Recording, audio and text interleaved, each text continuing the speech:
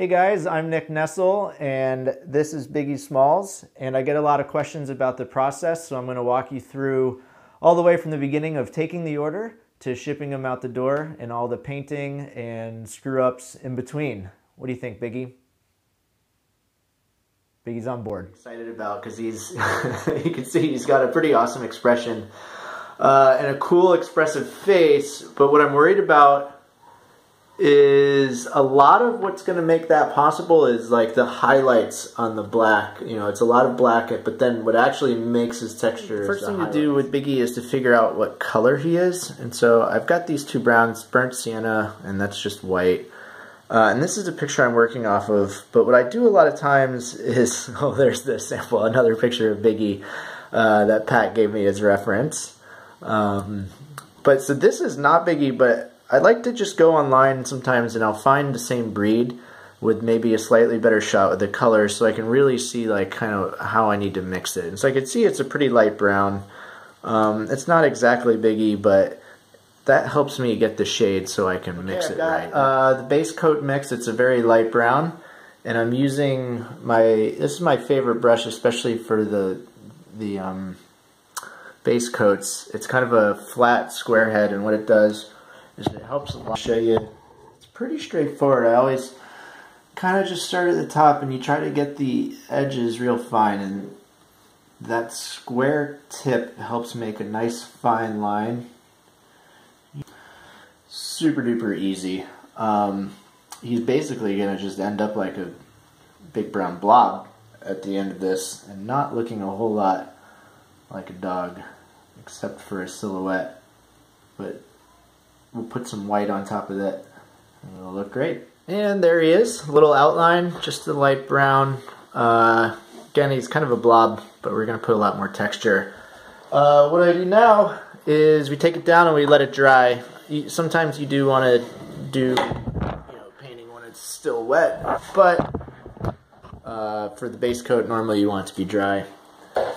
And I usually have a few going, so I'm going to switch back over to JJ now. Make some progress on him. And this process is to get his features on there, and I use carbon paper for that and these little stencils that I always make. So this is one of the harder parts. You got to get this line right up perfectly. So I'm going to be tracing it with carbon paper. And if you get these lines off, you kind of screw everything up because you're tracing the wrong thing. You've got it lined up with what's underneath. We go in with this carbon paper. Super important to not let this thing move around. I've just got the guy taped on, and you're just tracing. When I first started, I thought that, like, I don't know, artists just look at a picture and then they're just so talented that they just draw the picture. You know, you look at it and you draw the picture. And then as I kind of looked at different things online and like how to paint, usually the first question would be like, well, how are you going to transfer your sketch to the canvas? And I was like, what does that mean? And some people use projectors and some people make a grid. But this carbon paper takes all the guesswork out. It's really fantastic. And if you're ever, writing a personal check to someone, you can always keep a copy for yourself, which is a huge, huge deal this day and age. Okay, so I've just finished up. We're going to take the carbon paper out and pray it's lined up, and voila! We've got ourselves a Puggle.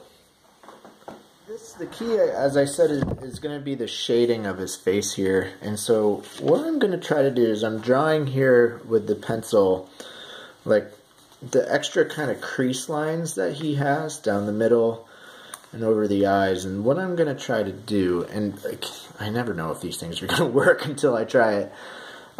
Basically, these are going to be slightly darker lines that I'm going to draw in, and then over the whole face will go a lighter shade, but this darker parts will show through the lighter shade. So I'm counting on that working, and then for the snout and everything, like this white here and all these white shades, I think I'm going to have to try to wing that a little more. All I can really see is that. But the nose, like, that kind of stuff is going to be what's really going to be important for this guy. But I'm going to try to draw those lines in. It makes him look pretty mean, but I'm hoping, well, his face isn't, you know, he's acting tough, right? So we'll see how those darker shades in here. And it's just going to look like war paint for right now. But my hope is that it'll just show through a bit. The low lights in now, and actually he's looking pretty good. But really, again, the make or break is where the highlights come in. Right now he's looking a little bit like Bane. But you can see the make or break is going to be putting white and gray in here to actually make a face.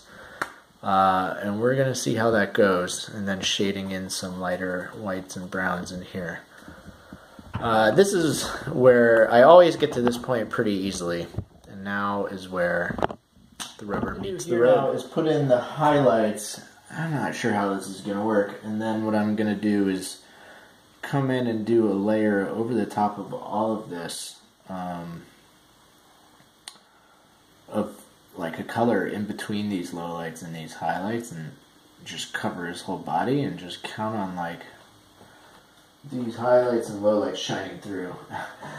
I don't know. I think it might end up being like a real disaster. I'm kind of committed to this. But something tells me what's going to actually happen is I'm going to end up just painting over all this in just a solid color and calling it a day, and rather than trying to get these textures. Now this brown here, this middle ground, which I'm hoping is going to be kind of in between the darker shades and the lighter shades.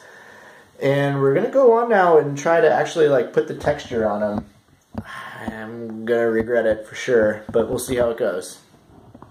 So this is pretty comical. I've ended up, this color I did paint, turns out it's the same freaking color as what's underneath. You can see I've actually done a bit, and I've just started painting it on. You can see there's almost no difference as what's underneath. So all those little brush strokes there were wasted and silly. This is a pretty normal thing for me to do a bunch of stuff, then try it out, and then it's like, nope. And I don't know, when you hear about famous paintings, they always talk about, oh, there's so many layers underneath this painting. You could see like how much care was taken in all these layers, and that's what gives it all this vibrant texture. So we'll say that's what I'm going for. I'm just trying to, you know, an untrained eye wouldn't notice something like that, but I think, you know, a finer artist like myself or other professionals in the game really do appreciate those finer touches and the depth that painting multiple layers of the same exact thing provides. And that's why I'm doing this. It's not because I don't have any idea what I'm doing. And it doesn't look very good, but we'll try to fill it in with black. Didn't go very well either. I don't know. I think maybe what I gotta do is make just the whole base, instead of it being super dark black, to just make it a very, very dark gray.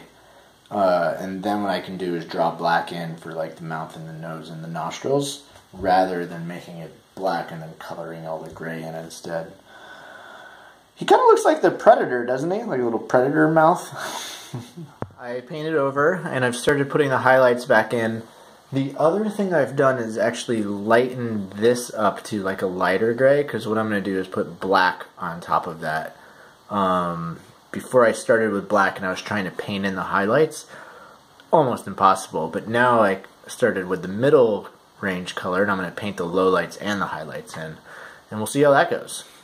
It's coming along. I think it'll be alright. And I forgot to keep filming and talking about what I was doing, but I think it came out really well. I'm very pleased with this effort.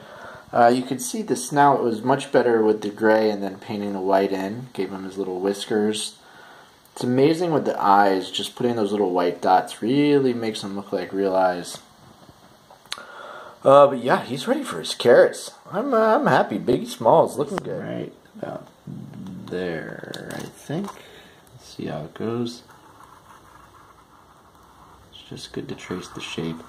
I'm not being super exact actually with this one because I'm pretty sure I can freehand Product now. shape. I think it came out pretty well. He's putting 4 carrots in his baby's ear, as he says. Pretty proud of the carrots, actually. I'm really happy with this one. And the last step is to package them and get them out the door. I do a couple of fun things. So on the back, the owner usually writes a little anecdote about them, and there's a link to my website there, so anyone that looks can scan the QR code, get to my website real easily. Everyone gets a 10% off coupon. Good for anyone you want. You have a code, you can give it to a friend. That's just good marketing. And I upload it to a website here, and it prints it on all these different things like iPhone covers or t-shirts or duvet covers even. Beach towels seems like a cool thing. So there's a link in there to get to that where you can print it yourself. And then we ship it. Get it going in the bubble wrap here. Just get one good fold in the bubble wrap. Tape it up. Throw it in a box. And we're good to go.